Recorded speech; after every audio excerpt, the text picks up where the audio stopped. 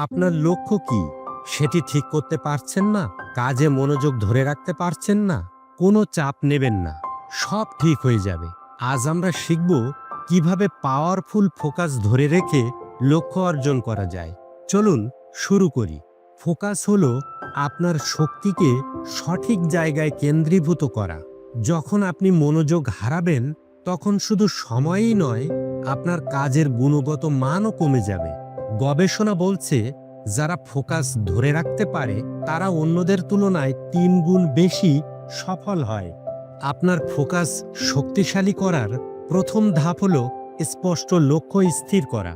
আপনার লক্ষ্য যদি অস্পষ্ট হয় তাহলে মনোযোগ ধরে রাখা কঠিন হবে। একটি নির্দিষ্ট লক্ষ্য স্থির করুন এবং তাকে ছোট ছোট পদক্ষেপে ভাগ করুন। টাইম ব্লকিং পদ্ধতিতে প্রতিদিনের কাজ ভাগ করুন।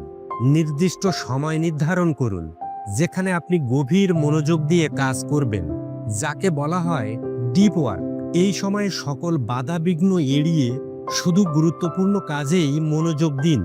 ফোকাসের সবচেয়ে বড় শত্রু হলো ডিস্ট্রাকশন। আপনার ফোন, সামাজিক যোগাযোগ মাধ্যম কিংবা অপ্রয়োজনীয় কাজগুলো থেকে নিজেকে মুক্ত রাখুন। ফোকাসের সময় ফোন সাইলেন্ট করুন বা অন্য ঘরে রেখে আসুন। মাইন্ডফুলনেস বা ধ্যান আপনার মস্তিষ্ককে প্রশান্ত রাখে। এটি ফোকাস ধরে রাখতে সাহায্য করে। তবে শুধু কাজ করলেই হবে না, মাঝে মাঝে ছোট ব্রেক নিন। ২৫-৩০ মিনিট কাজের পর ৫ মিনিট বিশ্রাম নিন। এতে আপনার মন নতুন উদ্যমে কাজ করতে পারবে। একটি গোছানো ও শান্ত পরিবেশ আপনার মনোযোগ ধরে রাখতে সাহায্য করবে। আপনার কাজের জায়গাকে এমনভাবে সাজান যেখানে কোনো বাড়তি বিঘ্নতা না থাকে। ফোকাস ধরে রাখার জন্য নিজেকে উৎসাহিত করুন। ছোট ছোট অগ্রগতিগুলো উদযাপন করুন। এটি আপনাকে অনুপ্রাণিত করবে এবং আরও মনোযোগী হতে সাহায্য করবে। ফোকাস হলো শক্তি।